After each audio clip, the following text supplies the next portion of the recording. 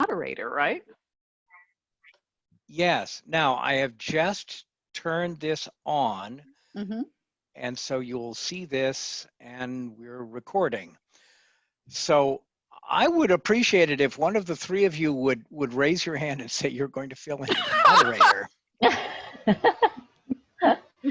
Someone raised their hand in the audience. Yes, and thank you very much for that. But so no, so one of you should fill in on this as best you can, and with luck, Dr. Mendelson will pop in shortly. No, I'll do it. Okay. Oh, Allison, do you want to do it? All right. I think Farah's in the general attendees list. Is she? So Is she? Let me. She's here, but she's not a panelist. Oh, then. good. Thank you for noticing that. No worries. Bless you. and I have just promoted her to panelist. Here she goes. And all right, you're on mute. You're on mute, Farah. And I'm fixing that somehow. And it's at my end. I'm sorry. I've actually been sitting here 20 minutes. Oh, bugger! I didn't see the attendees list because I had not opened things up yet. All right, then with that in mind. Can I check we've got everybody? Do you have Kalin? Yeah, that's yes. Everybody is here. Except me. Okay, can you give me 2 seconds? Are we actually broadcasting yet, please? We are. Yeah. Okay, have you done introductions? No, we were kind of, I was just grabbing a potential, moderator. Me, sorry, but thank you. You could have checked. All right, I will calm down. No, I couldn't. I really couldn't until. So. It's on the schedule.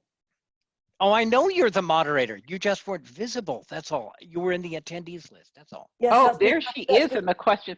Can I just say that's actually been happening all week. You do need to double check that none of the panelists are in the attendees list. Fair enough, and thank you. That is good advice, and I appreciate it. Do I have everybody? Do I have Alison? Yes. Yes. Because what's going wrong at the moment is that I'm seeing Welcome to Virtual WorldCon. Oh no! Oh, we all are seeing that. That's just the slide, that's right? Fine. Okay. Right, welcome everybody. So, are we broadcasting? I've now forgotten what you said. We are half a tick. Welcome very much. Hello everybody, and I will start with the welcomes. There we go. That's better. I can see everybody's face beautifully. Good morning. It's a delight to meet you all. I'm just going to do very brief introductions, and I hope we'll find out a lot more about you on the way. And then I'm going to take off my glasses because I've got the older people bifocal problem. I can see my notes or I can see you. Okay. So I'm Farah Mendelson, and I've been asked to moderate the panel because I wrote the Intergalactic Playground on Children and Science Fiction, and with my colleague Mike Levy, the Cambridge Companion to Children's Fantasy Literature, which means I've read a lot of very bad books, which we won't talk about today. We'll talk about the good ones. Our guests today are Kalin M.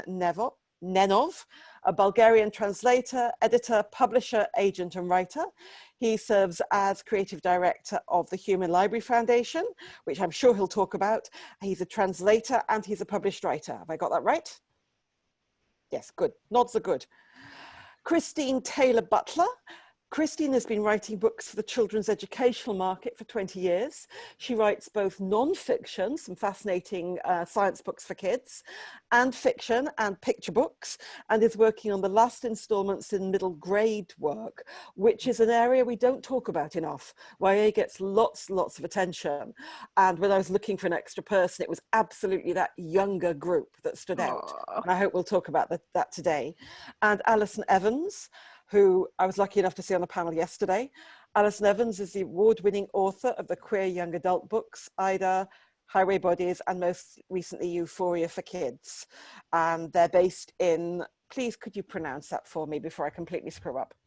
Yes, I'm based on Wurundjeri land, which is Melbourne in Australia. Thank you very much. I'll get that right next time. Right, so let's start off very briefly. we came up with the issue that not everybody recognizes the term Bildungsroman. So I made sure we were all on the same page, and I'll do the same for the audience. So a Bildungsroman is essentially the growing into adulthood. So I'm asked here in one of the Q&A by Beth Morsund that is there a difference between that of the coming and age story? To which I would say yes and no. The coming of age story and the Bildungsroman have an overlap, but Bildungsroman has real overtones of adulthood. And then the other term I gave people was the Künstlerroman, which is the growing through apprenticeship into your skills as an artist. And a Künstlerroman can be a Bildungsroman or not one. So starting from that, and I said, is that a posh word for growing into adulthood? Sort of. Right, so what do we think of this idea as a trajectory? Is it something we recognize in the books we read or the books we write? And you should have a put up your hand, or just put up your hand. Or I can just pick somebody. Christine. Oh, of course. Why don't we start? Because it's easy to think of this as just a YA thing. And I don't know if it is. You know, I don't think it is. I think, you know, I'm writing middle grade right now. The kids are about 13. Because middle grade tends to be more about hope, and I can make the kids a little bit more goofy, but you know, the way I keep thinking of it is reluctant hero, because that's the source of the conflict, which is, you know, you are this person and you think you know what you want, and then some obstacle comes in the way that kind of redirects you, and there's a maturation that goes, and a discovery. And one of the examples I would come up with is Dark Materials trilogy. And where Lyra goes through that series, and the growing up that she has to do when she realizes that this insular world she's been living in, you know, at the college is not the reality that's going on outside of her life, and she's got to rise to the challenge. And so I really like the phrase, and I'm going to have to learn how to pronounce it, but you know, I call it, you know, the reluctant hero's journey is very much. I think that's why so many books kill off or get rid of the parents. Getting the parents out of the way might be something we want to pick up on later. So hang on to that thought. Okay. Alison. Yeah, just before I say anything, I would just like to acknowledge the traditional owners of the land that I'm on. This is I'm something sorry, we Alison, do. could you say that a little can't... louder?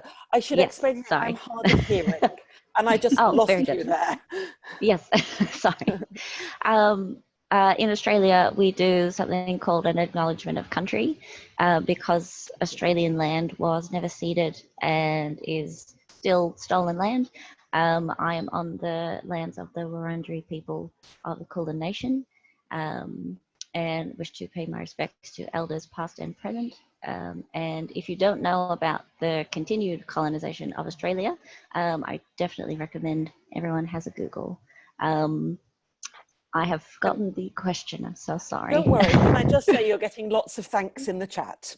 Oh, good. Very good. Basically, I'm asking about what you think about this trajectory. Do you feel that trajectory is there in what you write or in what you read? Yeah, I think definitely, because I guess it's kind of there in every story that I write. I mostly write YA, and I think when you are a teenager, you're learning so much about the world and you're constantly growing. And so I think the idea of growth and children's fiction and teen fiction really just kind of go hand in hand. So to me, like kind of all YA is sort of a coming of age, I would say. Kalin? I think pretty much every story that I have found worth reading is about growing up. It doesn't matter if it's a young adult or plain adult. Theodore Sturgeon once said that in nature there is no such thing as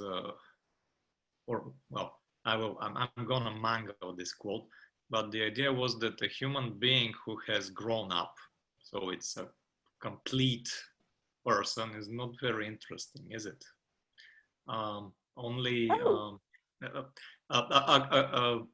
a living being is a being that changes and adapts. So with the young adults, it's just more brought into focus.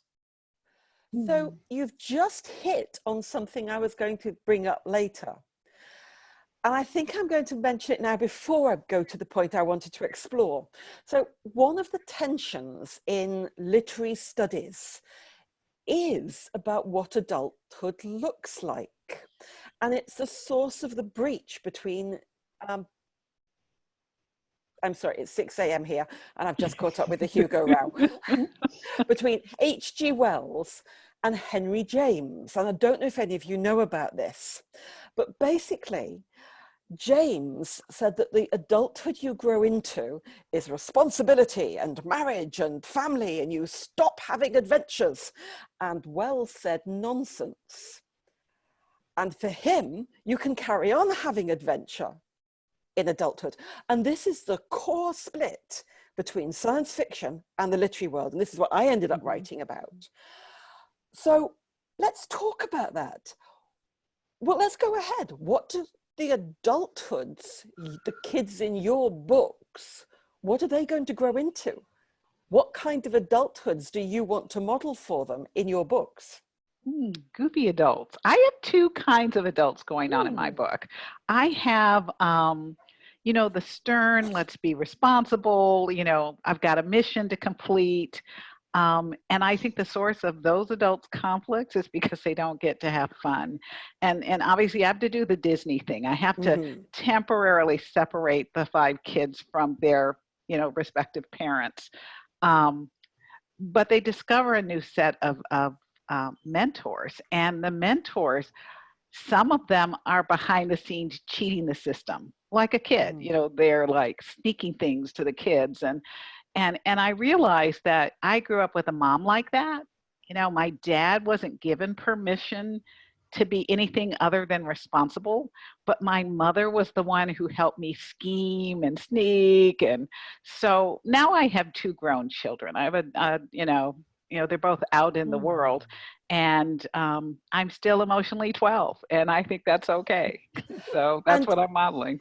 So I only had time to read one of your books, which is the one where the boy wants to do double Dutch. Oh, yeah, that's my earliest. That's my very first one. But you've just described the parents in the book. Your mother are the 2. So the boy wants to do double Dutch, and everybody's telling him it's just for girls. And the parents show him how to scheme. Yeah, exactly. Behind the scenes, that was my household. Yeah, and that was how I grew up. Kalin? My characters are usually teens or older, and I don't really I don't draw a line between adults and non-adults, just like the Japanese. I don't know if you've seen this in their manga or anime or even novels.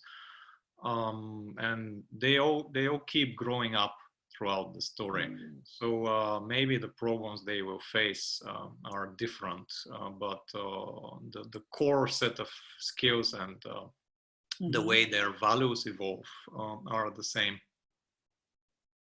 And we'll come to this later, because the reason I wanted to make absolutely sure we had a diverse panel is I want us to challenge the idea that all trajectories look the same, that all cultures have the same idea. Right. And you just pointed out that in Japanese manga, there is this assumption that there is a continuity between the teens and the adulthood. There isn't that breach.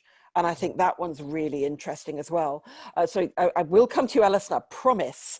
But I once explained that there were a whole bunch of books that I didn't regard as feminist, however feisty and interesting the girl heroines, because there was no woman to model how to grow up. Harry Potter is kind of my big red flag on this one. There are no women you would want to be when you're an adult. Even McGonagall only gets to be senior, what we used to call in Britain, senior mistress. So Alison, over to you. Yeah, I guess I have never thought too much about the adults in my books until this very second. I think in my second book, there's a zombie apocalypse. And so there are mostly teens. My protagonists are teens, and I focus on them. And there are 2 kinds of adults. The ones who I guess, die. So like some of the characters' parents die, and then but the ones who are left, who are the villains, I guess you would say, they're the ones who are kind of stuck in the past, and they're like I guess the thrust of the novel is these kids have to make a new world and have to kind of, they see this adulthood and they don't want it because it's very cis, it's very straight, and it's kind of putting people into various boxes, and that kind of trajectory, the compulsory trajectory that we're kind of put into. And I think in my latest book, Euphoria Kids, the adults in it are all learning. There's this one scene where one of the kids is non-binary and gets misgendered, and the adult takes some time to kind of process that, and she goes away and researches it and comes back and says sorry. And I guess that's that, like showing adults who are growing as well, I think, which is kind of similar to what you were saying, Cal, that like they're the kind of adults that I would like to be. You know, it's like you don't stop growing. You have to keep learning, otherwise you'll be stuck in the past. Yeah, I'd have to agree with that. And, you know, you talk about the No Women. I was very strategic. The publisher Move that took on my series is run by a woman who used to be my editor when I was writing nonfiction at Scholastic. She left to start her own publishing company. And she wanted to focus on boys, but she noticed within my book, I have really strong women and I have really strong girls, and they are not in the background. And spoiler for anybody who's not started the series, you know, The Lost Tribes is really about a group of suburban kids in California who discover their parents are scientific observers from another planetary system who are trying to track down what they consider to be tribes on Earth that are closely aligned with them. And there is a scene where, you know, I've had to get rid of the parents, but before the parents go, you know, they're being attacked, and the kids don't know what's attacking them because, you know, they're in the suburbs and their parents are scientists and college professors. And one of the moms pulls out this weapon, you know, and it looks like a car key, and the dad says, "What are you going to do with that?" And she destroys his car with this laser beam. And she says, "You know, while you boys were out doing this, I was upgrading the weapons." And the kids are just like, "What is going on?" And, you know, and then at the very end of the book, you know, they realize they are going to be stuck with this uncle who is this kind of like brutal mission leader. And then all of a sudden the ship shows up and all these teams come out because they're all coming in to help with this mission. And then this woman shows up, and the uncle gets really stoic, and it turns out who is leading the elite military team is this woman. And once she took over, they had a 0% mortality rate. And so I was making this statement that, you know, I have these boys and these girls, and they were all going to have strong role models in this mentorship base, because one, I raised girls, but two, I kind of got tired of sorry, J.K. Rowling, the Hermione Grangers who stand around and go, "Harry, you're a great wizard," while I hand you all the answers. So, can I just say, here. I will have a small boast here. I wrote the first negative article about Harry Potter way back in 2003, and I was so right. There you go. My husband reads with the girls. Well, my girls were older, but they read together, and they called it Hermione Granger and the other boy. That was their name for the series. Yes. She's the smartest one, and she's giving them all the answers. How is he that great? But I digress. There is a low point where she says, "Harry, I'm really, really clever, but you have a good heart. And it's so much more important." And at that point, I wanted to murder somebody. But I'm going to take up instead a really interesting point, which is, do we think that adolescence is about that shift from really admiring your parents to wanting to do something differently?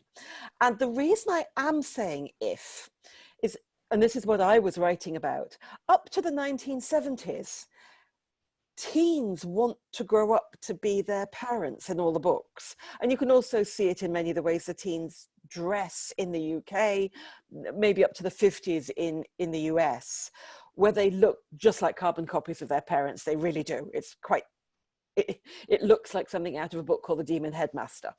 But is that in books or in real life? Do you think that's just, is that in books or oh no, both. If you look at photographs Okay. before the rise of the teenager, you can see teens wanting desperately. Now, one of the differences, of course, is the rise in the school leaving age. That, you know, in the 1950s, the school leaving age in most countries is 14 to 16. Now, frankly, it's somewhere in the early 20s. Have we kind of created this period? I don't want to say extended childhood because that's putting it down, but a new period in which experimentation is possible. Because for Western cultures, and I will say here, not all cultures in the West, because there's issues of race, class, marginalization, there is much more space to explore because survival is not such an issue. And I'm putting great big question marks over what I just said, by the way. You're allowed to tear it apart.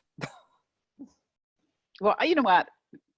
I live in the Midwest, but I went to boarding school in New England, and then I went to college in New England. And, even in the United States, there's a gap between what goes on the East Coast and what goes on in the Midwest. And here in Kansas City, people draw a line 100 miles around the city, and that's as far as their kids are allowed to go, because it's within driving distance. And one of the reasons why I want to write an adventure is we kept running into kids, rural kids, urban kids, who don't know anything past Iowa. It might be an hour or two away, and it's not even conceivable. My kid in high school went to Italy for a year, for her 11th grade, and I got berated by parents for letting her go. And so I thought, here we have all these kids who have, their only sense of adventure is going to be in a book. So I'm being subversive by sneaking in, here are these kids that look like you, but guess what? They're going to Easter Island, and they're going to go on an adventure, because that's as close as many of these kids are going to get, until they get out of the house. That's one of the things I'm getting at, because it is quite clear that we've actually lowered the expectations of kids in many ways. I mean, you read 19th century books and, kids are serving in the Navy at the age of 12. I am not advocating this, okay? There are kids who tramped across the country to find work in the Depression. Actually, a very old book, Dicey's Song. Do people know that? Cynthia Voigt, where the kids tramp halfway across America to find their grandmother. I'm not saying that was realistic, because we always have to be careful about realism. But there is that issue that I'm being so cautious, because I also don't agree with the children are overprotected today. I think that's just as much rubbish. But really, do we now have this period that we want to write about, in part because it is this weird hinterland where they think they're grown up, we don't feel they are? Alison? Oh, that's too much interesting. Talking here. You talk. It's good talking. I think part of being a teen is like being treated like a child, but people expect you to behave like an adult. So it is that kind of inherent contradiction. I guess, like, because I'm in Australia, I'm a millennial, and the job market here is really bad, and so we can't really like grow up because we don't have any money. We don't have stability. Like, everyone I know works a casual job or is a contractor and rents their house.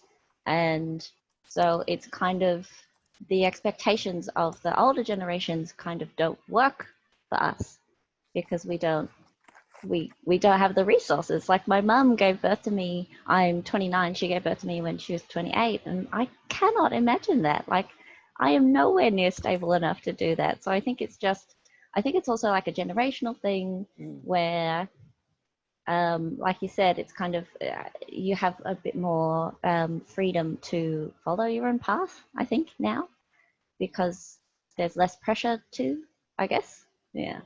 Or maybe a less set out path. I mean, I'm 22 years older than you. I'm from a migrant family, and it was very clear that what one had to be was a doctor, dentist, or lawyer. You could be a pharmacist if you failed your A-levels. Okay, now I ended up as an academic. Oh, just the school leaving exams. Okay. And I'm exaggerating, but I ended up as an academic, and that was considered a rebellion. Just think about that. So that idea of we don't have those paths. Kalin, over to you. We've lost track of the question, but really it's about this. Does this growing into adulthood look the same for you? Do you recognize those American, British narratives, or is your culture very different? You've already talked about how the Japanese culture is very different. I'm not a good representative of my culture, so whatever I'm going to say here is going to mislead you. But I was thinking that kids nowadays need to learn quite a bit more than kids a century ago.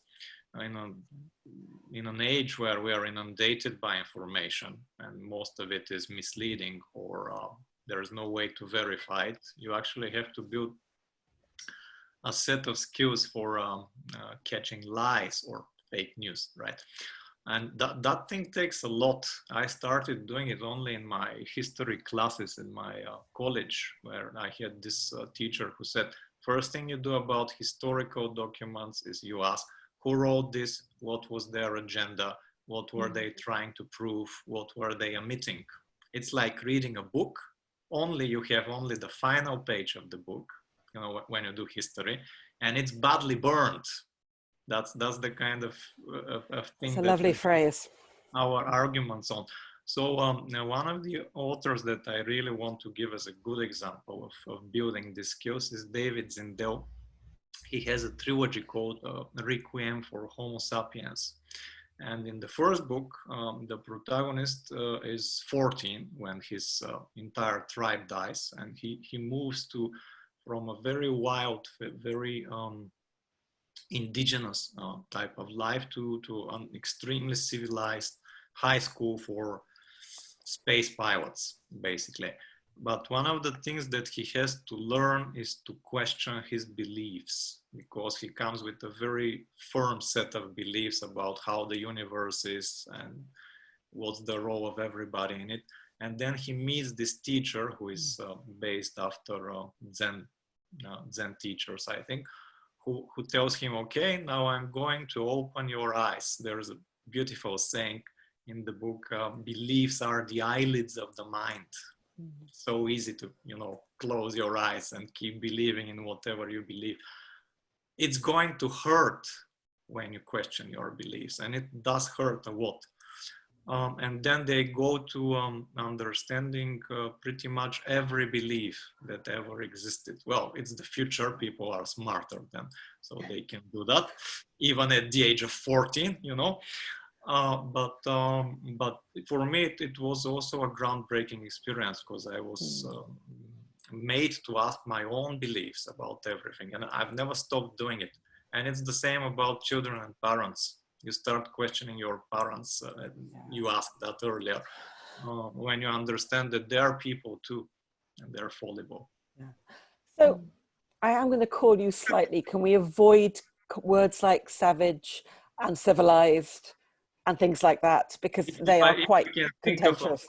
Sorry, I'm aware that you're dealing with a second language, but I'm also aware that in fact, it ties into the issue of, is there such a thing as adolescence? Because all of these languages, somebody's actually said on the chat, adolescence is a construct. So is everything else that goes with that. But Alison, is there a book that really shaped it for you in the way it did for Kalin? That was like your book?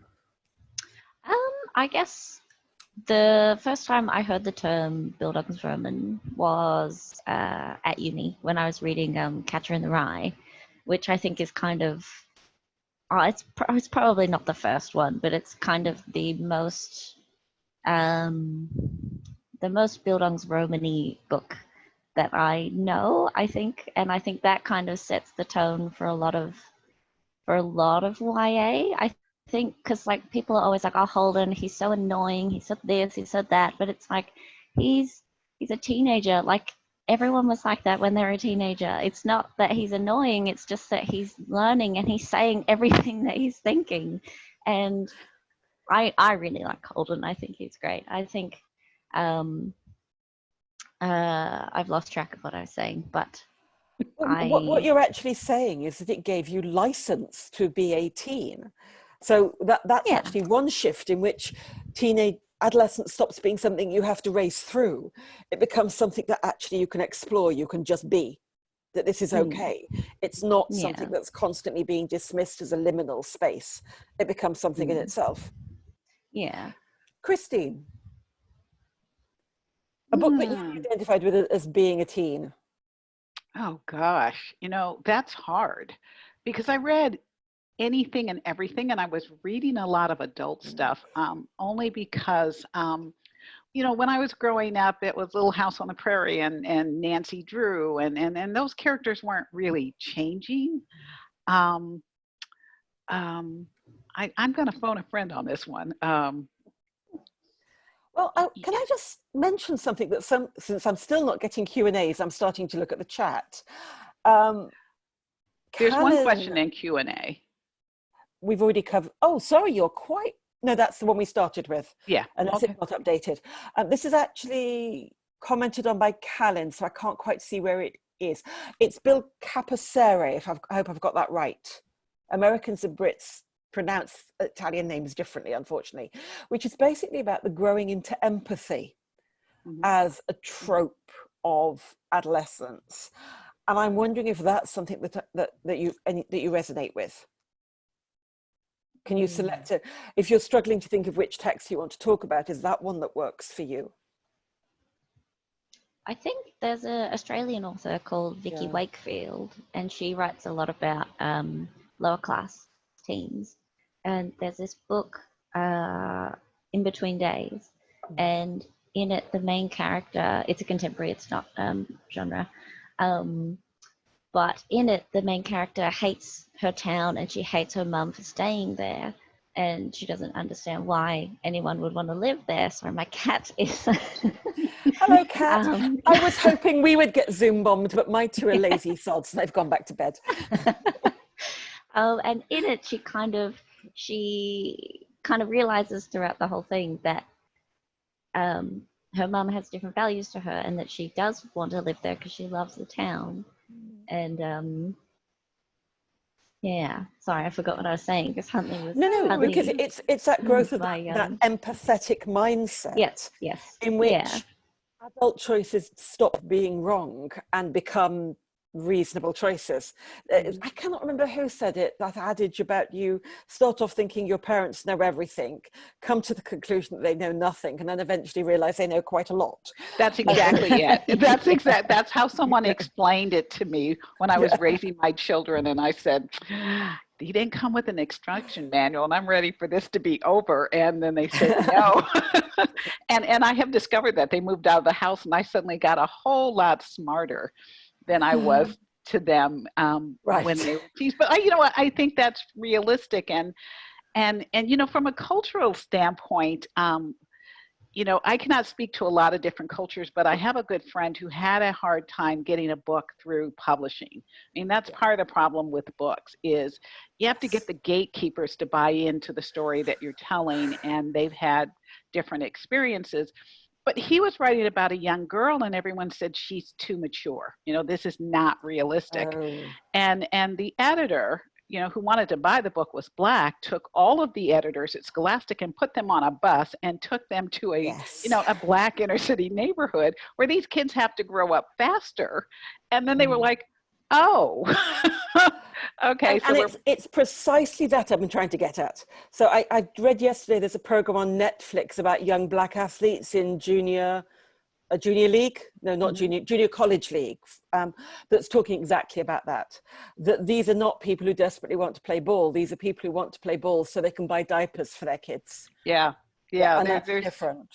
there's completely different motivations. And you know, I really love the young woman who talked about the racism in publishing, and you take this book in and you have this whole system that's decided, you know, we're going to change the voice. And I remember when I was writing Tribes, and it took a Black editor to understand what I was doing. And these kids are from all different cultures, but in the United States, children's literature is primarily controlled by you know, white women. And absolutely, at one and very upper middle class white women at that. Exactly. And at one point, you know, there's a scene where all hell is breaking loose and the parents are being attacked and the kids don't understand what's going on because they're all in the garage and something's outside.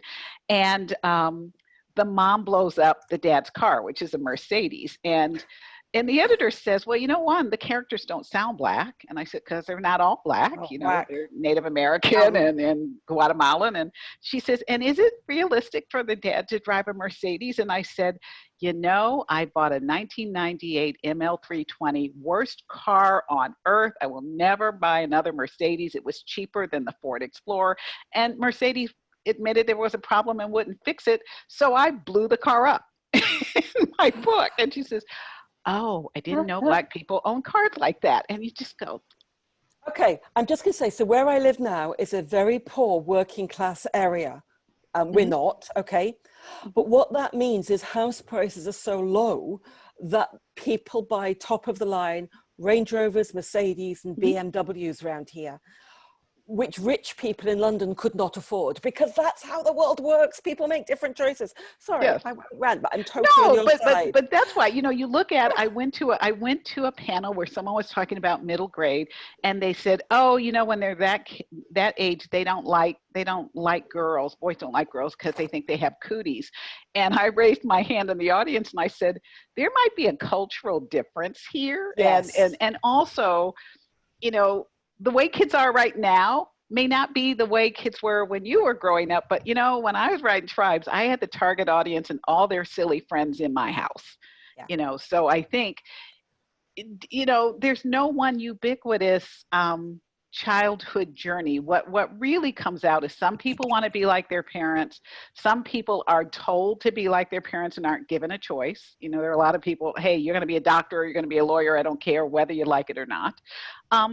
And then there are kids who their parents are like, you know, go do your thing, and we want you to be someone other than us. And so in my household, it was happy, healthy, and fulfilled. So when I was writing the books, I said, you know, what is the most plausible construct I can have for these 13-year-olds and the 10-year-old sister? And it is very smart kids with underdeveloped prefrontal cortexes, because, you know, the logic center doesn't completely develop till they're 26. So they're not going to make decisions along the way. Even if it looks obvious to us, they're not going to make decisions as a 13-year-old the way we might make those same decisions as a 25 or 30-year-old. And so that's why there's certain books where I read them and I go, you know, these kids are perfect. They're not fun for me to read. So I'm still not getting questions, but there's a lovely comment from Kate Peters, in the audience. You look for different kind of books when your key parents are high-performing autistic woman.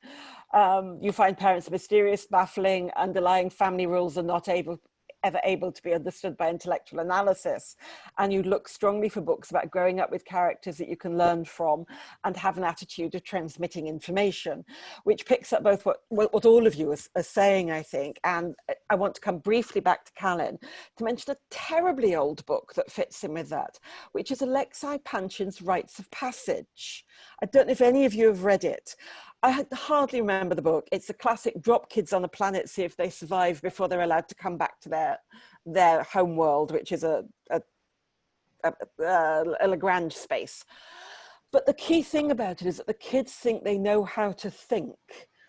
And in the process, the kid who thinks he's going to do what we would now call interdisciplinary work discovers that actually he's a single disciplined fact-based person. And the girl who thought she was going to do single discipline research fact-based turns out to be the interdisciplinary thinker. And that book was the one that was radical for me when I realized I'd put myself in the wrong category. I was determined to be a social research historian. That's not what I am. But I think it ties in with all of those. Okay, still no questions. Trying to pick up a few of the points in here.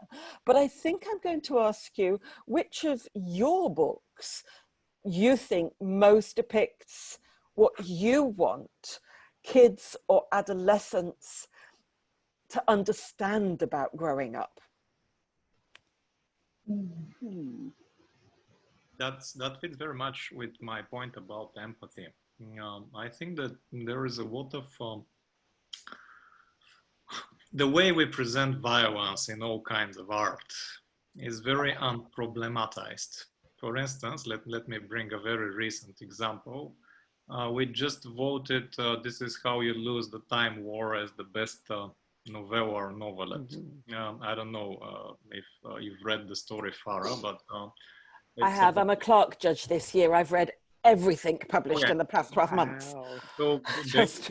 you have a love story, a Romeo and Juliet story about two very efficient soldiers. And these guys go around killing people just like that, but they're in love. So, you know, taking life is okay.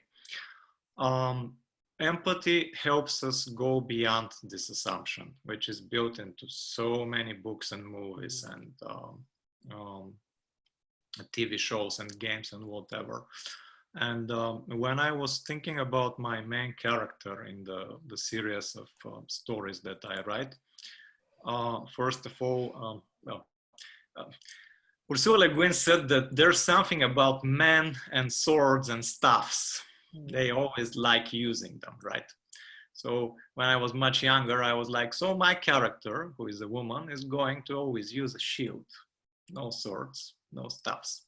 Then I grew up a bit and I said, why does she have to fight? Do you actually solve any problems by fighting? How efficient is violence as a way of solving problem? How long-lasting solutions do you get? So my character is a mediator. She knows how to fight her way out of situations, but she also knows how to listen to people. And that's her superpower, the power of listening. And my stories explore basically relationships. Relationships between friends, between communities, between entire different cultures. But there's a lot of conflict going on there that doesn't require any violence to be interesting. And you don't have to kill people. Pause you just because we've suddenly had a flurry of questions and I want to try to get in as many audience questions as I can. Okay, so from Pat Hall, there's a trend now in late YA, 16 to 18-year-old girls that do not grow into their adult heritage and do not take up their destiny. Do we think it's a maturation of female power or is there something else going on? Alison, do you want to start with that one? I'm not sure what that means exactly. Maybe Christine, do you want to go? Okay, I was answering something else and then I was like, I wasn't sure of that question. Can you read that again? I don't see it. Unfortunately, that's because I just ticked answered.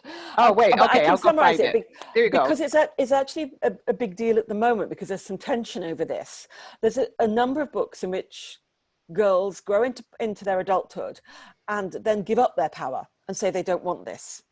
And some people find this disempowering, but I'm wondering if it's also part of the realization that just because you're talented at something doesn't mean it's what you want to do.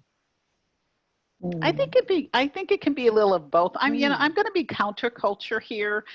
One of the hardest things I have with a lot of YA is authors putting their own hopes and dreams in a book, you know, and I used to help critique manuscripts and that was burning me out because the authors weren't allowing the characters to have their own trajectory. They already had some pre-planned path and it's late, so there's no kids on here. I used to go have sex and then write the book, because you can't, it is not Twilight. You can't put your own fantasies in the book. At some point you gotta you got to give it up. I really think this is authors being scared of the power that their character could have.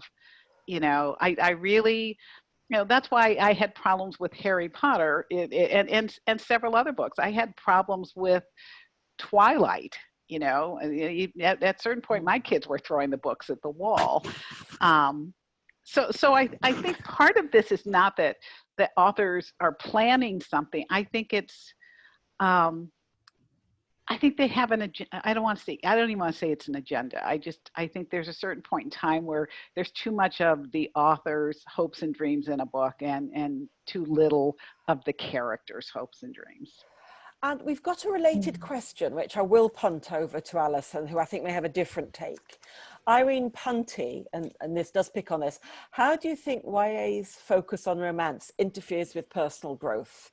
Do you have examples where both are well done simultaneously? Oh, good question. Because as a teen, I didn't date. So whenever I would read romance, I would kind of be like, why are you so obsessed with them? Like, I think there's, I think when it's done well, the characters are still their own person. Whereas in something like Twilight, Bella's whole life is Edward. And these are really dated examples, but that's just in the forefront of my mind at the moment. We all remember the stuff we read when we were teens. Yeah. We're very impressionable then. Yeah.